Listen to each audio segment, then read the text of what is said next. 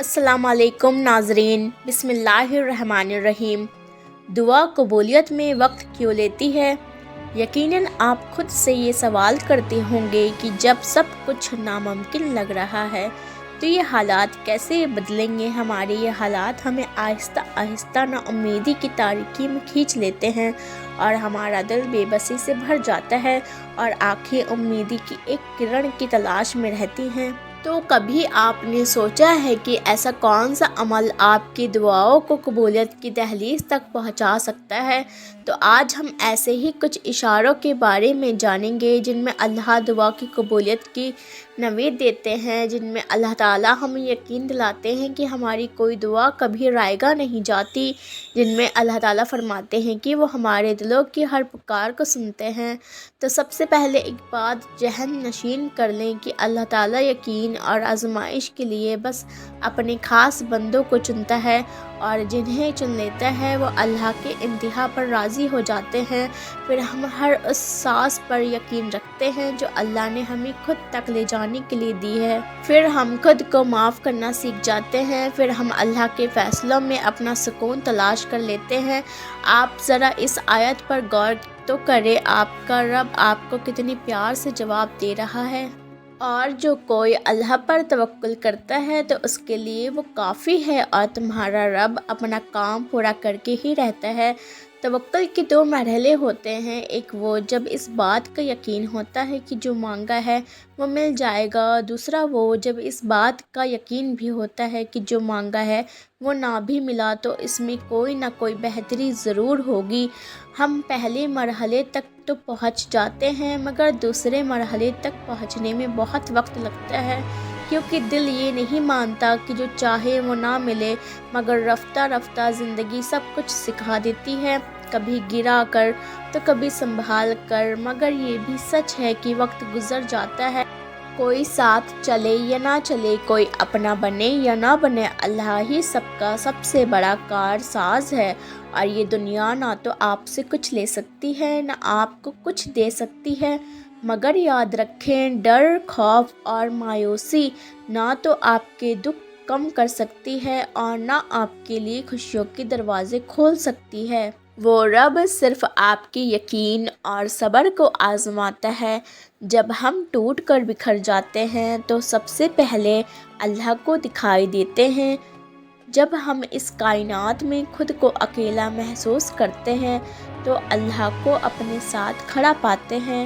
کبھی کبھی اللہ ہمارے ارادے اور یقین کو توڑ کر ہمیں سمجھاتا ہے کہ ہوگا وہی جو میں چاہتا ہوں۔ اللہ اپنی طرف آنے والا راستہ اسی کو دکھاتا ہے جو اس کی طرف رجوع کرتا ہے۔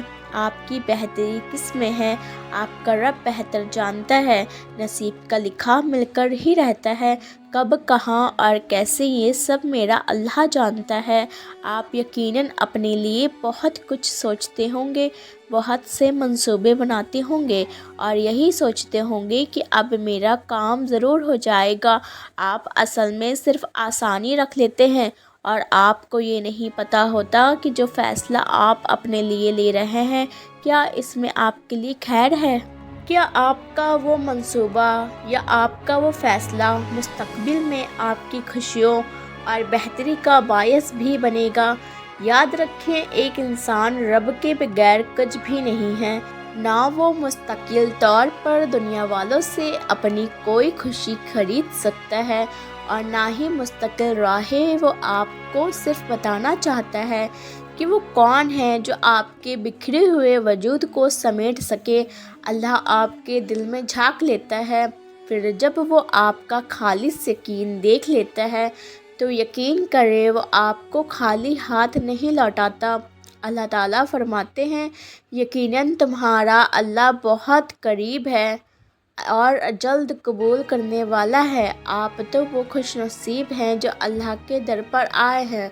آپ کا تو مایوس ہونا بنتا ہی نہیں، اور اس ذات سے کیا مایوس ہونا جس کے کن سے دنیا ہے، وہ رب جو آپ کے ٹوٹے ہوئے دل کو بڑے قریب سے دیکھتا ہے اور اسے جوڑتا ہے، اس ذات سے کیسی مایوسی۔ خود کو مطمئن کر لیں، اتنا جان رکھیں وہ رب بہترین منصوبہ بناتا ہے، وہ بہترین فیصلے کرتا ہے۔ اللہ فرماتا ہے کہ ایک منصوبہ تم بناتے ہو اور ایک منصوبہ اللہ بناتا ہے، اور بے شک اللہ سب سے بہترین منصوبہ ساز ہے۔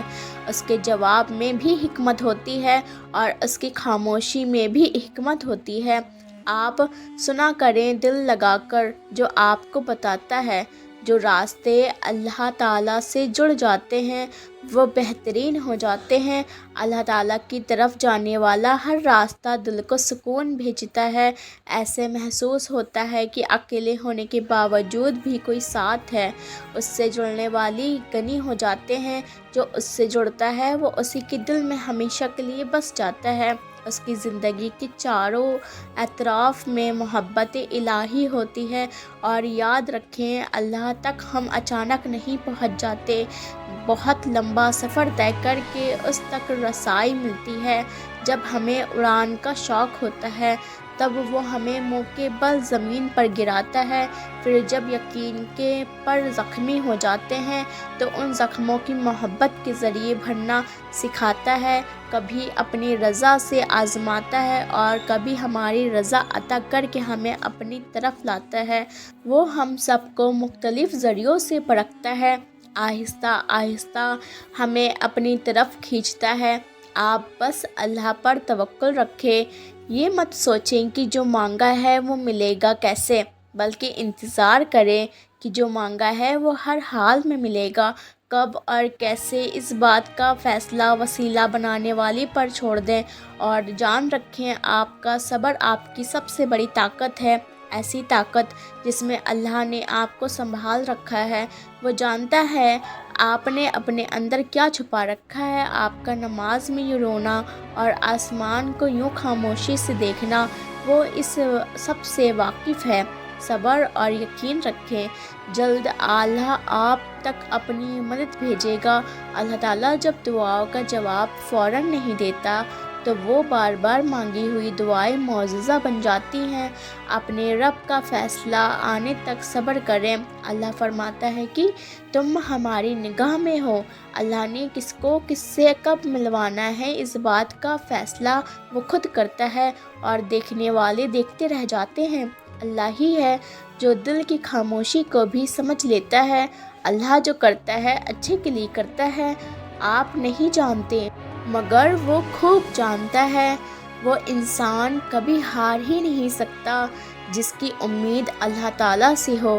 اللہ کے سپرد کرنا سیکھیں، ہر چیز کو، ہر فیصلے کو اللہ کی محبت میں رنگ جانے کا مطلب یہ نہیں کہ آپ دنیا چھوڑ دیں، بلکہ آپ نے دنیا میں رہ کر ہی تو ثابت کرنا ہے کہ آپ کو اللہ سے کیسی محبت ہے۔ بس دل میں یہ جذبہ رکھیں کہ اللہ کی پسند اور رضا کو سب سے پہلے رکھنا ہے۔ جو اللہ سے ڈرتا ہے، اللہ اس کے لیے مشکلات سے نکلنے کا راستہ پیدا کر دیتا ہے۔